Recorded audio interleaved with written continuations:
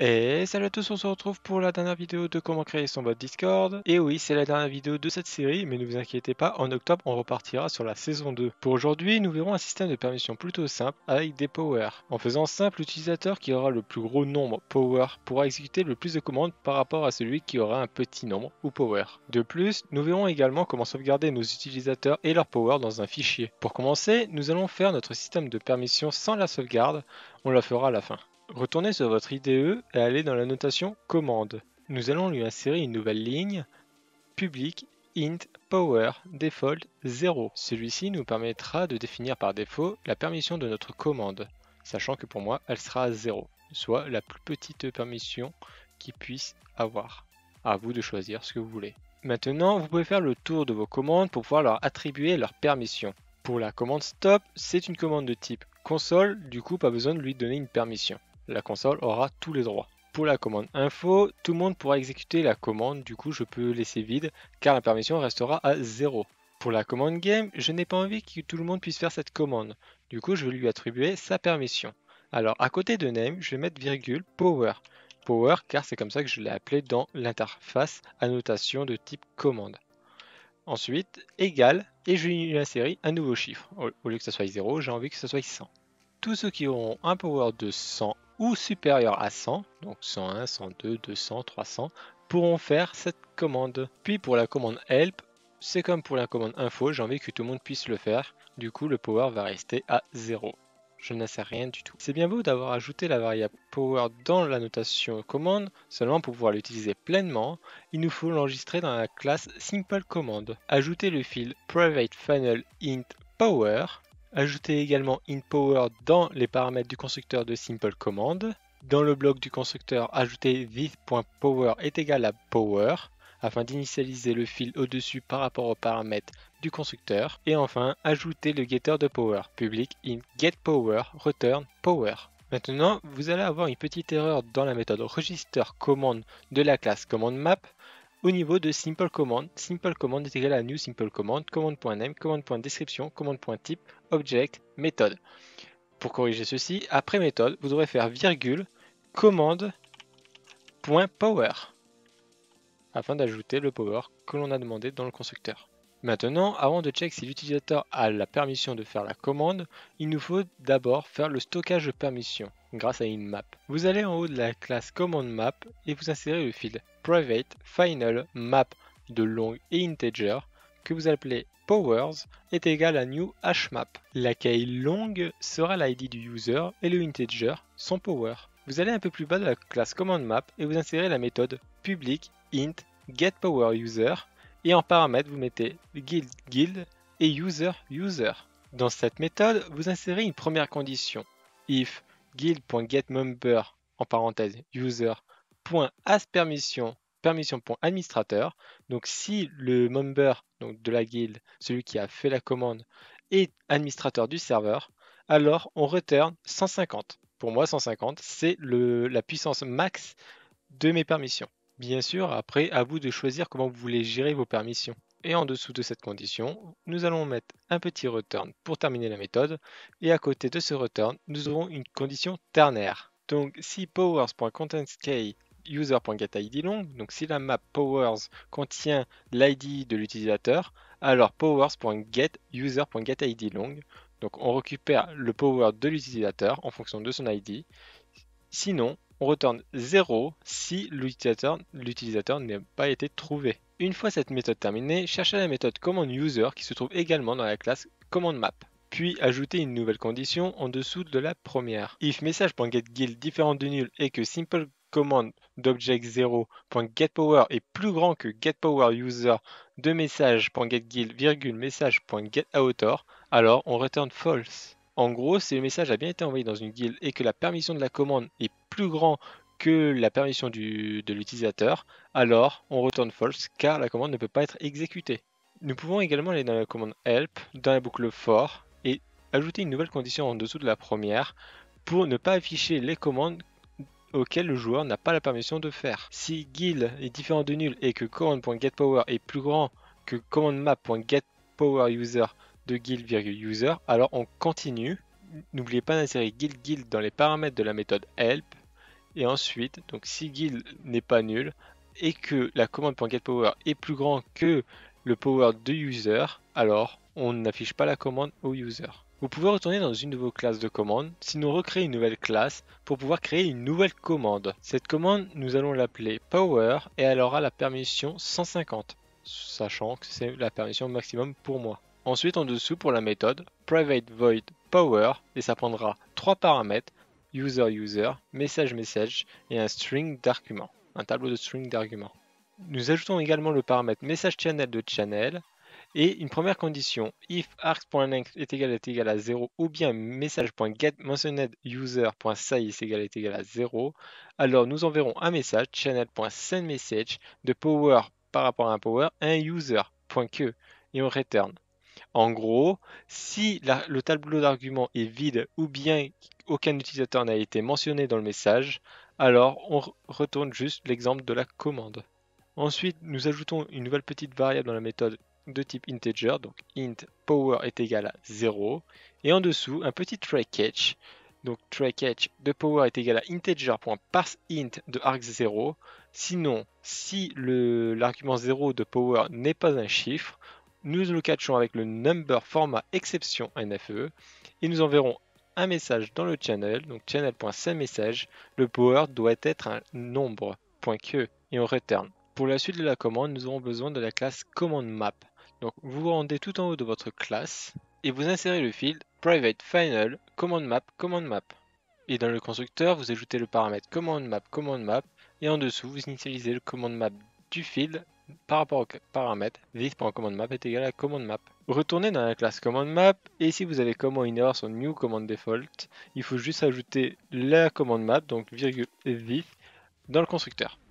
Ensuite, nous sommes là aussi pour ajouter deux nouvelles méthodes. La première qui sera pour ajouter un nouvel utilisateur et son power dans la map powers, et le deuxième qui sera l'effet inverse qui nous supprimera un utilisateur et son powers. La première méthode, public void add user power, qui prend deux paramètres, le user et le inPower. Ensuite, dans cette condition, nous allons ajouter une première condition si le power est égal à 0. Alors, ça ne sert à rien de l'ajouter dans la hashmap. On le retire de la hashmap si possible. Sinon, on put le nouveau power, donc avec powers.put user.getIdLong, power. En dessous, pour la deuxième méthode, public void remove user power, qui prendra uniquement un user, et l'on supprimera uniquement l'ID de l'utilisateur de la hashmap powers.remove user.getIdLong. Maintenant, on peut revenir dans la méthode de commande power. Et nous déclarons une première variable user_target est égal à message.getMentionedUser.get0. Celui-ci nous permettra de récupérer la première mention qui se trouve dans notre message. Ensuite, commandMap.addUserPower, le target, power, qui nous permettra de set le nouveau power à notre target. Et nous enverrons un message dans le text channel, donc channel.sendMessage, le power de target.getAsMention et maintenant de power.que. Voilà, la commande est terminée. N'oubliez pas d'enregistrer si vous avez fait ça sur une nouvelle classe. Donc vous l'enregistrez dans la commande map. Puis tout devrait bien correctement fonctionner. Alors seulement, il n'y a juste pas la sauvegarde. Donc du coup, si vous stoppez votre bot et vous le redémarrez, vous perdez tous les powers de tous les utilisateurs, ce qui n'est pas vraiment très cool. Nous allons passer du coup à la sauvegarde. Pour cette sauvegarde, vous allez créer un nouveau package que vous appelez utile. Et vous insérez la classe JSON_Reader et la classe JSON_Writer qui se trouvera dans la description. Et ce sont deux classes qui appartiennent à ma librairie et qui vous permettent de lire ou d'écrire dans un fichier du JSON. Vous retournez une nouvelle fois dans la classe commandMap et vous créez deux méthodes. La première, private void load, et la deuxième, public void save. Et dans le constructeur de commandMap, vous ajoutez la méthode load. Dans la méthode load, vous ajoutez la variable file est égal à newFile de users power.json. Alors, pour le file, ça appartient à java.io. Ensuite, en dessous, vous allez faire if file.exist ou pas. Donc, si file n'existe pas, on retourne. Pas besoin de charger. Ensuite, dans un try catch, vous allez faire JSON_Reader de reader est égal à new JSON_Reader par rapport au file qu'on a créé au-dessus. En dessous, nous allons récupérer le JSON_Array qui se trouve dans le reader. Donc JSON_Array est égal à reader.toJSON_Array. Puis nous allons boucler tous les éléments qui appartiennent au JSON array, vu que c'est une liste. Int i est égal à 0 tant que i est plus petit que array.length, alors i++. Et à l'intérieur de ce for, nous allons récupérer le JSON object, donc JSON object de array.getJSON object de i. Et nous allons put avec powers.put object.getLong de id, object.getInt de power. Donc nous allons reput dans la classe, dans la hmap powers, l'id du user et le int du power du user. Si vous voulez avoir un peu plus d'informations pour les JSON array et les JSON object, je vous renvoie sur l'une de mes vidéos qui parle de la librairie JSON. Puis dans la méthode save, nous allons ajouter la variable JSON array, array est égal à new JSON array. Puis nous allons faire une boucle for de notre hmap powers avec for entry long integer de power .powers.entry7 qui nous permettra de récupérer chaque élément de notre map. De là, nous allons créer un JSON object vide et nous allons ajouter dans object.accumulate de id, donc un id pour le power.getKey et un object.accumulate de power qui aura pour valeur power.getValue. Donc l'id de la clé de la map et la valeur, donc la valeur de la map, soit le power et l'id de user. Puis array.put pour l'ajouter à l'array au-dessus. Et nous allons déclarer un petit try catch. Alors ce try catch là sera un peu différent des autres car tout simplement nous allons mettre une paire de parenthèses juste après le try. Et à l'intérieur nous allons mettre le JSON writer. Writer est égal à new JSON writer de userPower.json. Donc exactement le même fichier qu'on a mis pour le reader. Ensuite, ce fameux objet là ne pourra pas être n'importe lequel. Donc si vous avez besoin de mettre un autre objet dans les parenthèses, il faudra obligatoirement que cet objet soit implémenté de closable. Donc si je vais dans JSON writer, je vois bien que mon objet implémente de closable. Alors bien entendu, il n'y a que très peu d'éléments, très peu d'objets qui implémentent cette interface. Mais il faut savoir que ceux qui implémentent cette interface seront obligés d'être close une fois que vous avez fini de vous en servir. Alors, ce fameux try catch permettra de close automatiquement sans devoir appeler la méthode close, car dans writer, donc si je fais writer, donc writer.close, il existe tout simplement grâce à cette interface. Alors, un deuxième objet qui a cette interface, c'est bien entendu le scanner. Donc, pour ceux qui ont déjà commencé à essayer de se servir de cet objet, donc scanner qui appartient à java.util en principe, si je me rappelle bien. Et ben cette classe implémente de closable. Et une fois que vous avez fini de vous servir de cette ressource, vous devrez la fermer. Alors, vous mettez ça dans les parenthèses, ce qui nous permettra d'éviter de mettre writer.close. Et à l'intérieur de ce try catch, vous allez juste marquer writer.write de l'array, puis vous allez faire writer.flush pour sauvegarder. Maintenant, allez dans votre classe principale, bot Discord pour moi ou peut-être même pour vous, je ne sais pas comment vous l'avez appelé, et allez dans votre méthode run. De là, nous allons en dessous de notre boucle while et on avait bien vu qu'on avait fait scanner.close. Donc ici, c'est tout simplement lorsqu'on fermait notre scanner car on avait fini avec, puisqu'on stoppait notre bot. Juste en dessous de scanner.bot et avant le JDA.shutdown ou après, tiens, on va le mettre juste après le JDA.shutdown. Bon, allez, nous allons faire command map, nous allons appeler notre command map .save pour pouvoir sauvegarder bien sûr notre hmap de power. Voilà, vous pouvez maintenant redémarrer votre bot et tester toutes vos permissions. De là, vous pourrez aussi tester votre nouvelle commande power qui vous permettra de donner un power à votre utilisateur. Donc là, je vais me donner 150 de power, mais en soi, je suis administrateur, donc j'ai déjà 150 de power. Je fais ça juste pour vous montrer le fichier de sauvegarde à la fin. Donc je valide, je reçois bien mon power 250, enfin 250, je retourne sur ma console, je stoppe mon bot, voilà, et de là, je regarde dans mon package Explorer. Seulement, on est sur Eclipse et ça ne s'actualise pas instantanément, contrairement à IntelliJ. Donc vous pouvez faire clic droit sur votre projet, refresh. De là, j'ai bien reçu le fichier userPower.json. Vous le glissez sur la droite et voilà comment ça se présente. On a le JSON array avec les crochets ouvrants et fermants. Dans le JSON array, on devrait avoir plusieurs JSON objects. donc avec des accolades ouvrantes et fermantes.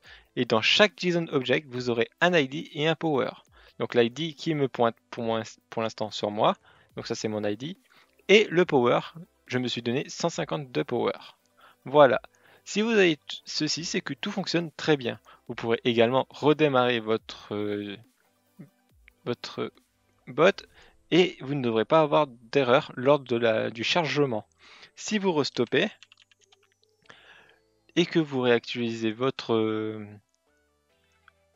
JSON, on voit bien que j'ai toujours 150 et que rien ne s'est perdu en route. Donc le fichier de sauvegarde est correct. Voilà. J'espère que cette vidéo vous aura plu. Donc c'est bien sûr la dernière. Je vais également vous mettre en ligne sur GitHub la mise à jour du bot. Et sur ce, si cela vous a plu, n'hésitez pas à laisser un petit commentaire, un petit j'aime et à partager toute ma série. Et à revoir également, vu que le mois prochain, je ne ferai pas de vidéo sur le bot Discord. Pour le mois d'octobre, on passera à la saison 2, donc on partira de 0 sur de nouvelles bases afin de faire des objets beaucoup plus avancés. Et puis c'est tout. Allez, sur ce, je vous dis à la prochaine. Bye tout le monde.